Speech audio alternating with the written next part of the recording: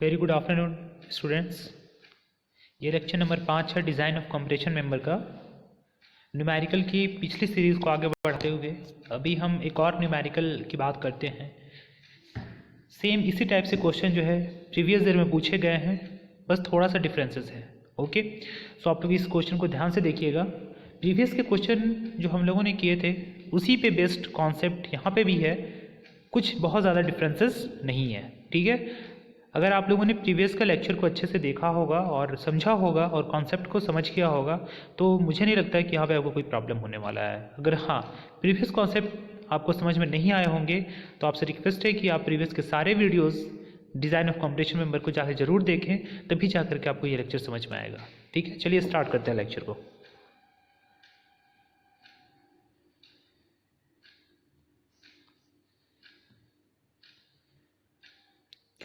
देखिए क्वेश्चन आप लोग देख पा रहे हैं, डबल एंगल डिसकंटिन्यूअस स्ट्रट। क्या लिखा हुआ है? Double angle discontinuous strut. यहाँ पे ध्यान देना, ये क्या है? डिसकंटिन्यूअस स्ट्रट है। ठीक है, कंसिस्ट ऑफ 2 ISA 60/40/6 mm। यहाँ पे दो इंडियन स्टैंडर्ड एंगल का यूज़ किया गया है जिसका साइज है 60/40/6।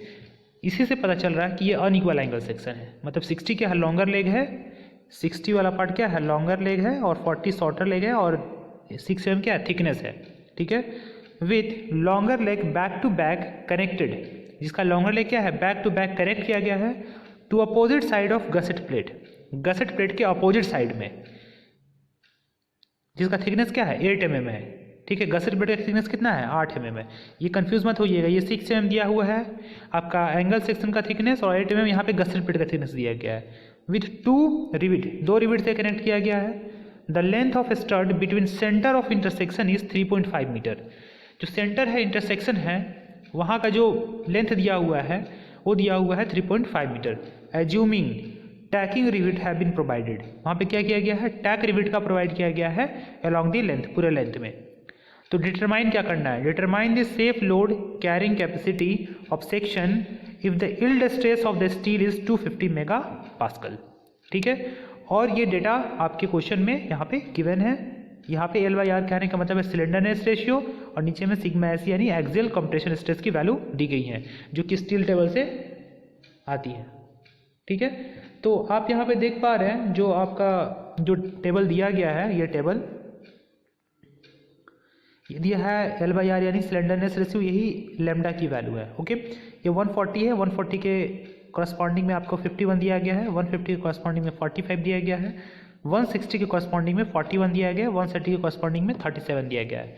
एक और इम्पॉर्टेंट चीज़ जो कि स्टील टेबल से मिलता है, from steel table ISA 60/40/6 mm, इसके कॉरस्पॉन्डिंग में जब हम स्टील टेबल में डेटा को देखेंगे तो हमारा एरिया की वैल्यू आती है 565 mm², CY की वैल्यू है 10 mm, RX की वैल्यू है 18.8 mm, एंड IY की वैल्यू है 7 × 10⁴ mm⁴।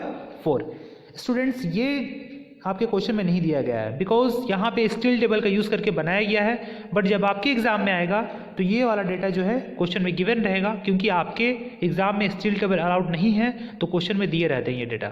ठीक है, तो चलिए क्वेश्चन को बनाते हैं। हमको इसमें सेफ लोड निकालना है, सेम क्वेश्चन है प्रीवियस के जैसा, सिर्फ यहाँ पे दो दिया गया, मतलब 2 इंडियन स्टैंडर्ड एंगल सेक्शन को कनेक्ट किया गया है। ठीक है, डिफरेंसेस यही है। तो चलिए क्वेश्चन को करते हैं। क्वेश्चन आपका यही दिया गया है कि यहाँ पे देखिए यही एंगल सेक्शन है। ये पहला तो देखिए गसेट प्लेट है जिसका थिकनेस 8 mm है, यही वाला गसेट प्लेट है ना बीच में, जिससे हम लोग एंगल सेक्शन को कनेक्ट करते हैं। ओके, ये चीज़ तो आपको पहले से पता होगा। अब आप यहाँ पे देखिए, ये जो एंगल सेक्शन आप देख रहे हैं, ये जो है एंगल सेक्शन दोनों अपोजिट साइड में कनेक्ट किया गया है, क्वेश्चन में दिया गया है गसेट प्लेट के अपोजिट साइड में, यानी एक साइड इधर में या दूसरा साइड इधर में। ठीक है, तो मान लो एक साइड में जो कनेक्ट कर रहे हो, एंगल सेक्शन का साइज कितना है? 60/40, यानी जो लॉन्गर लेग है, ये वाला जो पार्ट देख रहे हो, ये लॉन्गर लेग वाला पार्ट है, ये लॉन्गर लेग है, ये 60 है, और 40 शॉर्टर लेग है, मतलब ये वाला पार्ट क्या है? 60 है। ठीक है, तो एक साइड में कनेक्ट हो गया। ठीक उसी तरीके से इधर भी कनेक्ट किया गया है, यानी कि लॉन्गर लेग वाला साइज ये वाला 60 और ये वाला 40। ठीक है, हमने कनेक्ट कर दिया। किससे कनेक्ट किया? गसेट प्लेट से। ठीक है, क्लियर है? अब देखिए ये भी बोला गया है कि 2 रिविट का यूज़ किया गया है। ठीक है ना, तो यहाँ पे ये रिविटिंग किया गया है। ठीक है, आप क्वेश्चन में देख पा रहे हैं यहाँ पे रिविटिंग किया गया है। ठीक है, अब देखिए स्टूडेंट्स, ये जो 8 mm का सेक्शन है, अब यहाँ पे जो आप देख रहे हो x और वाई वाई, ठीक है। ये जो एक्स एक्स देख रहे हो, मतलब एक्स एक्स सेक्शन जो है इसके सी जी से क्रॉस हो रहा है। एक्स एक्स सेक्शन क्या हो रहा है, इसके सेंटर ऑफ ग्रेविटी से क्रॉस हो रहा है, ठीक है। तो देखो, लेकिन जो वाई वाई सेक्शन है, वाई वाई जो एक्सिस है, उसका सेंटर ऑफ ग्रेविटी यहाँ ना होकर के कुछ यहाँ से क्रॉस हो रहा है। आपको मैं दिखा रहा हूँ ग्रीन लाइन से, यहाँ पे ये वाला सेक्शन है आई वाई वाई, ठीक है। ये आप देख रहे हो सी वाई की वैल्यू 10 mm दिया गया है। मतलब कहने का मतलब यही है कि ये वाला जो वैल्यू दिया गया है इनका, ये जो देख रहे हो ये वाला पार्ट, यहाँ से 10 mm दिया गया है इधर की ओर में, ठीक है, ये वाला वैल्यू, ठीक है, 10 mm दिया गया है, ठीक है। और एक्स एक्स जो है उसका कोइंसाइड हो रहा है ना। तो एक्स एक्स तो ठीक है, बट आई वाई वाई कहाँ पे दिया गया है, ये वाला दिया गया है आई वाई वाई। लेकिन आई वाई वाई हमको किसके अबाउट चाहिए, आई वाई वाई हमको यहाँ पे चाहिए इस वाला जो गसेट प्लेट है उसके सेंट्रोइडल एक्सिस के अबाउट, क्योंकि हमारा सी जी यहाँ पे क्रॉस होना चाहिए इस वाले पार्ट से, ठीक है। तो चूंकि 8 mm का गसेट प्लेट है, तो मान लो गसेट प्लेट के सेंटर से, तो 8 mm का है तो गसेट प्लेट का सेंटर कितना पे होगा, 4 पे होगा, 8 का आधा 4 पे, यानी 4 होगा। और यहाँ से यहाँ तक 10 डिस्टेंस है इसका फेस से यहाँ तक का। तो टोटल हम क्या कर देंगे, यहाँ से यहाँ जोड़ेंगे तो कितना हो जाएगा, 10 + 4, ये कितना हो जाएगा 14। अभी इसका जरूरत पड़ेगा, इसलिए बोल रहे हैं आपको, है ना। अभी इसका क्या पड़ेगा, जरूरत पड़ेगा। आपको इसके अबाउट मोमेंट ऑफ इनर्शिया पता है, ठीक है, और आपको इसके अबाउट निकालना है सेंटर के अबाउट में। तो 10 तो इसके फेस से इधर का था और 4 यहाँ से था, तो आपको डिस्टेंस पता चल गया, ठीक है। अगर आपको एरिया पता हो जाए और डिस्टेंस पता हो जाए जिसके अबाउट आपको निकालना है, तो क्या आप नहीं निकाल सकते हैं, आप आसानी से क्या कर सकते हैं, निकाल सकते हैं। कैसे निकाल सकते हैं, उसको निकालने के लिए आपको पैरेलल एक्सिस थ्योरम लगाना पड़ेगा। तो अगर आप आई ये वाला एक्सिस के अबाउट पता है और आपको सेंट्रोइडल एक्सिस के अबाउट निकालना है, तो आप क्या करेंगे, आई एक्स एक्स प्लस ए इंटू के का स्क्वायर। ये चीज़ आपको पहले मैंने पढ़ाया था जब आप पढ़ाई कर रहे थे मैकेनिक्स ऑफ सॉलिड में, तो आपको बताया गया था कि पैरेलल एक्सिस थ्योरम कैसे लगाया जाता है। अगर आपको पता है, अगर आपको पता है सी जी के अबाउट, तो अगर आपको निकालना है किसी भी एक्सिस के अबाउट में, तो आप उसको एरिया से और उसका डिस्टेंस, दोनों के सी जी के बीच का डिस्टेंस से मल्टीप्लाई कर दिए स्क्वायर करके, तो आपको वहाँ पे निकल जाएगा, ठीक है, सेंटर ऑफ ग्रेविटी उस एक्सिस के अबाउट में। ये चीज़ आपको पहले बताया गया था, बट अभी इसका ज़रूरत पड़ेगा, इसलिए मैंने आपको अभी बताया है, इसलिए आप कंफ्यूज मत होना, ठीक है। ये इतना चीज़ अगर आपको पता चल जा चुका है, अगर मान लो आपको इसके अबाउट पता है, ये सी जी है, इसके अबाउट आपको मोमेंट ऑफ इनर्शिया पता है, तो आपको अगर इसके अबाउट निकालना है, इसके अबाउट निकालना तो आप नहीं निकाल लोगे, इसके अबाउट आपको एरिया पता है और इसके बीच का डिस्टेंस पता है, तो एरिया इंटू के स्क्वायर, तो के कितना हो जाएगा 14, और एरिया का वैल्यू 565 दिया हुआ है, तो 565 इंटू 14 का स्क्वायर कर देंगे, और आई एक्स एक्स की वैल्यू ऑलरेडी दी गई है, ठीक है। तो इस तरीके से आप निकाल सकते हो। तो पहले इतना चीज़ आपको पता चल गया है ना क्वेश्चन के अकॉर्डिंग में, ठीक है। तो चलिए आगे का हम काम करते हैं। देखिए, for double angle stud R axis की वैल्यू दी गई है क्वेश्चन में 18.80 mm क्वेश्चन में दी गई है। Because x1 axis of single angle coincide with x axis of composite two angle, है ना। x1 जो एक्सिस है सिंगल एंगल का, वो कोइंसाइड हो रहा है कंपोजिट टू एंगल से, इसलिए आर एक्स की वैल्यू आपकी दी गई है, ठीक है। अब आई वाई हमको निकालना है, क्योंकि यहाँ पे 2 एंगल, इसलिए यहाँ पे 2 से क्या किया गया, मल्टीप्लाई किया गया।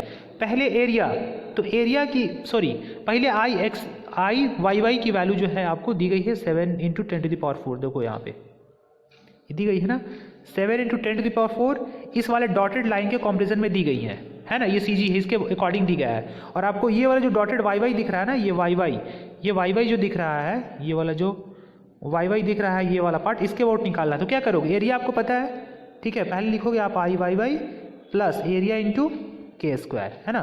तो आई वाई कितना आपको दिया गया है 7 × 10⁴ प्लस एरिया कितना है 565, तो 565 इंटू के स्क्वायर, तो के कितना है, इसके बीच का और इसके बीच का दूरी कितना है, एक तो फेस के बीच का दूरी 10 है और यहाँ से 8 का कितना हो जाएगा 4, तो टोटल डिस्टेंस दोनों के बीच का कितना हो जाएगा 14।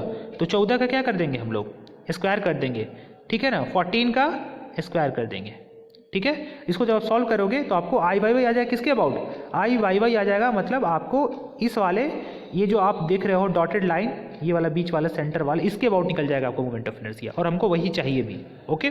सो यही चीज़ यहाँ पे किया गया है।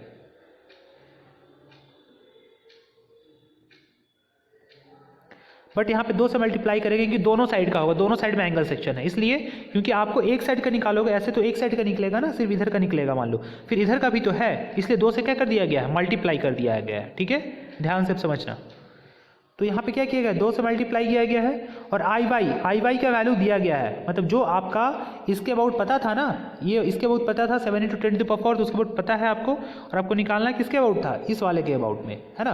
तो पहले तो इसका फेस के अबाउट दिया गया था, यहाँ से यहाँ 10 आपको पता है डिस्टेंस, लेकिन आपको इसके CG के अबाउट निकालना है ना, तो टोटल डिस्टेंस 8 है, तो इसका आधा कितना हो जाएगा 4, तो आपको इसके अबाउट निकालना है, तो कितना हो जाएगा टोटल डिस्टेंस हो जाएगा यहाँ से यहाँ कितना हो जाएगा 14, तो हमको 14 चाहिए, 10 + 4 है ना, ठीक है।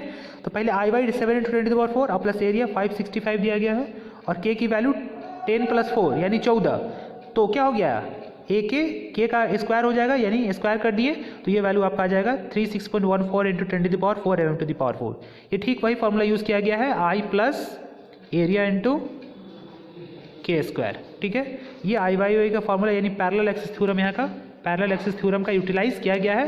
बजाते आप लोग यहाँ लिखोगे भी by using parallel axis theorem, यहाँ क्या लिखोगे, यूजिंग पैरेलल एक्सिस थ्योरम, ठीक है। उसके बाद में ये वाला स्टेप आप फॉलो करोगे, ठीक है। जो कि बुक है तो बहुत सारा स्टेप छूटा हुआ रहता है, बट आपको वही स्टेप यहाँ पे फॉलो किया गया है, यहाँ पे डायरेक्ट लिखा गया, हमने आपको डिटेल्स में बता दिया ऑलरेडी, ठीक है। आप जरूर लिखना आई Y plus A K square, I Y equal to I plus A K square, आई का वैल्यू आपको दिया गया है 7 × 10⁴, एरिया का वैल्यू भी दिया गया है और के का वैल्यू मैंने आपको बताया कैसे निकाला है, ठीक है। 10 और प्लस 8 का आधा 4 है ना, तो 14 हो गया। तो आर वाई इक्वल टू कितना हो जाएगा, आपको बताया था मैं रेडियस ऑफ गायरेशन निकालने का फॉर्मूला √i/a, तो √i/y, चूंकि यहाँ पे y के अबाउट निकालना है इसलिए √i/y/a, तो i/y का वैल्यू आपको आ गया है यहाँ पे 36.148 × 10⁴ डिवाइड बाई एरिया का वैल्यू 565 है, लेकिन 2 एरिया होगा क्योंकि दोनों साइड में गसेट प्लेट के दोनों साइड में एंगल सेक्शन कनेक्टेड है, इसलिए 2 × 565 मल्टीप्लाई करोगे ये वैल्यू आ जाएगा 17.88 mm, ठीक है। ये चीज़ निकालना जरूरी था, ठीक है। R/y आपको निकल गया, ठीक है। अब देखो हमको जो रेडियस ऑफ गायरेशन लेना है, यहाँ तक अगर आपको समझ में आ गया है तो हमको अब जो सिलेंडरनेस रेशियो निकालने के लिए हमको कौन सा रेडियस ऑफ गायरेशन लेना है, आपको रेडियस ऑफ गायरेशन लेना है मिनिमम वाला। देखो आर एक्सिस की वैल्यू 18.80 है ना। अब देखो यहाँ पे आर वाई के लिए 17.88 mm है, तो देखो दोनों में कंपैरिजन करो कौन कम है, ये वाला कम है, ऊपर वाला ज़्यादा है, चूंकि 18 पॉइंट ज़्यादा है ना, तो 17.88 कम है, इसलिए जब हम सिलेंडरनेस रेशियो निकालेंगे तो ये वाला हम लोग कंसिडर करेंगे। हमेशा याद रखिएगा मिनिमम सिलेंडरनेस रेशियो वाले वैल्यू को हम लोग कंसिडर करते हैं मैक्सिमम सिलेंडरनेस रेशियो निकालने के लिए, मिनिमम रेडियस ऑफ गायरेशन वाले वैल्यू को कंसिडर करते हैं मैक्सिमम सिलेंडरनेस रेशियो निकालने के लिए, ठीक है। चलिए अब यहाँ पे ट्विस्ट आता है, क्या ट्विस्ट आता है, इफेक्टिव लेंथ वाला केस है ना। So effective length of double angle, यहाँ पे क्या केसेस है, double angle discontinuous stud question में दिया गया विथ 2 रिवेट एट एंड। देखिए यहाँ पे सारा खेल है, double angle discontinuous stud with 2 rivet at the and. इसके लिए हम इफेक्टिव लेंथ की वैल्यू कितने लेते हैं और अलाउेबल स्ट्रेस की वैल्यू कितना लेते हैं, चलिए एक बार हम आपको दिखाते हैं कोड से। देखिए यहाँ पे सिंगल एंगल और डबल एंगल, एक्चुअली में सॉरी ये कंटिन्यूअस है ना, डिसकंटिन्यूअस है ना, डबल एंगल डिसकंटिन्यूअस, देख लीजिए यही था ना केसेस। और क्या था, 2 और मोर रिविट है, 2 और 2 से ज़्यादा रिविट, यानी 2 और मोर रिविट है दोनों साइड में। इसके लिए हम लेते हैं वैल्यू, सॉरी एक बार क्या दिया क्वेश्चन में, कंटिन्यूअस या डिसकंटिन्यूअस, एक बार क्वेश्चन हम लोग देख लिया है ना, डिसकंटिन्यूअस है, ठीक है, क्या है, डिसकंटिन्यूअस है। Double angle discontinuous with 2 rivet at end, double angle discontinuous, question में एक बार देख लेते हैं हम लोग, ठीक है ना, ठीक है। डबल एंगल डिसकंटिन्यूअस है विथ 2 रिविट एट एंड्स।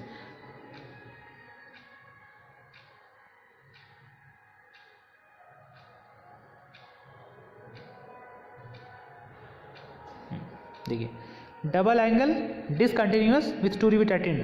तो पहले देखिए यहाँ पे क्या है, connected on both side of gusset plate. तो क्वेश्चन में क्या था, दोनों साइड गसेट प्लेट के दोनों साइड कनेक्टेड है, एक इधर में कनेक्टेड है ऐसे और एक इधर में ऐसे कनेक्टेड है, तो ये वाला केस आएगा है ना, ये सेकेंड केस आएगा, ठीक है। और 2 बोल्ट 2 रिवेट से कनेक्टेड है या फिर वेल्ड से कनेक्टेड है, तो उसके लिए कितना लेते हैं हम, इफेक्टिव लेंथ की वैल्यू लेते हैं 0.7 to 0.85 टाइम्स ऑफ एल, मतलब इसके बीच की वैल्यू को लेते हैं। और अलाउेबल स्ट्रेस की वैल्यू को कितना लेते हैं, सिग्मा एस सी के बराबर ही लेते हैं, क्लियर है ना।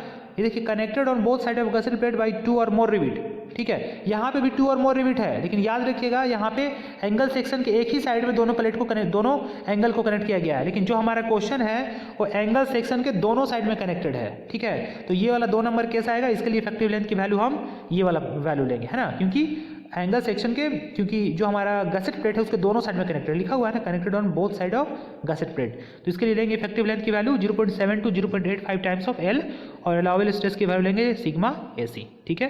तो यहीं से ये चीज़ लिया गया, बट इसको आपको याद रखना है एग्जामिनेशंस के लिए, ठीक है। देखिए effective length of double angle discontinuous stud with 2 rivet at end, so small L इसका क्या हो जाएगा 0.70 से 0.85 एल के बीच में हम कुछ भी ले सकते हैं, तो हमने मान लिया 0.7 एल, क्या ले लिया 0.7 टाइम्स ऑफ एल, तो 0.70 और एल की वैल्यू क्वेश्चन में दी गई थी 3.5 मीटर, तो 3.5 हो गया, मल्टीप्लाई करोगे 2.45 मीटर आ जाएगा, इसको 1000 से मल्टीप्लाई करोगे mm में कन्वर्ट हो जाएगा, ठीक है। अब हम मैक्सिमम स्लेंडरनेस रेशियो की वैल्यू को फाइंड आउट कर सकते हैं।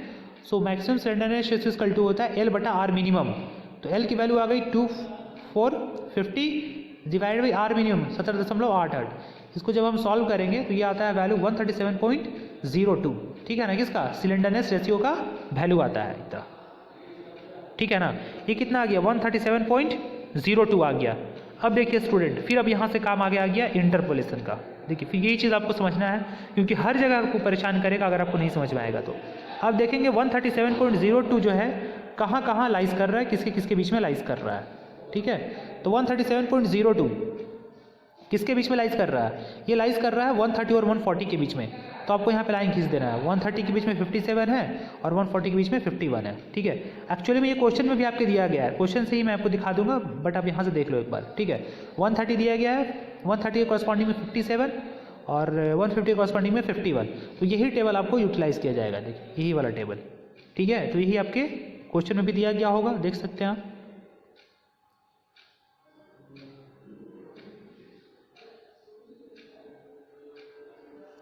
एक्चुअली में आया कितना है मैं देख लूँ एक बार, सॉरी 137.02 है, सॉरी स्टूडेंट्स, तो ये आपका आ जाएगा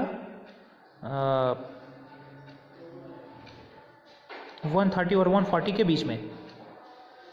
तो 130 और 140 का जो बीच का जो डाउट्स होगा उसके बारे में हम लोग बात करेंगे, ठीक है।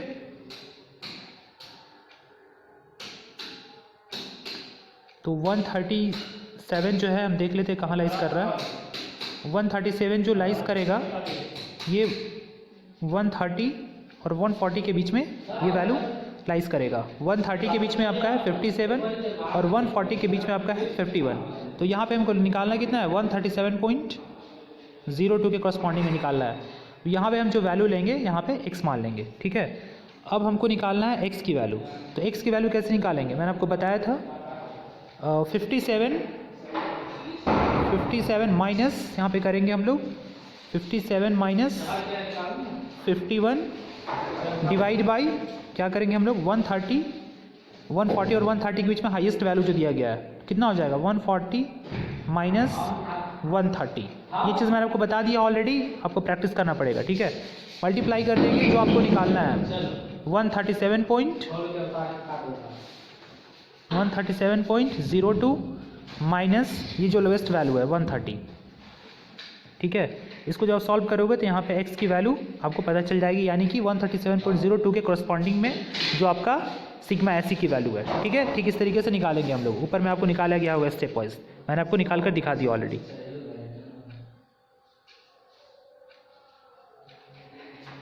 ठीक है। यही चीज़ यहाँ पे भी निकाला गया है।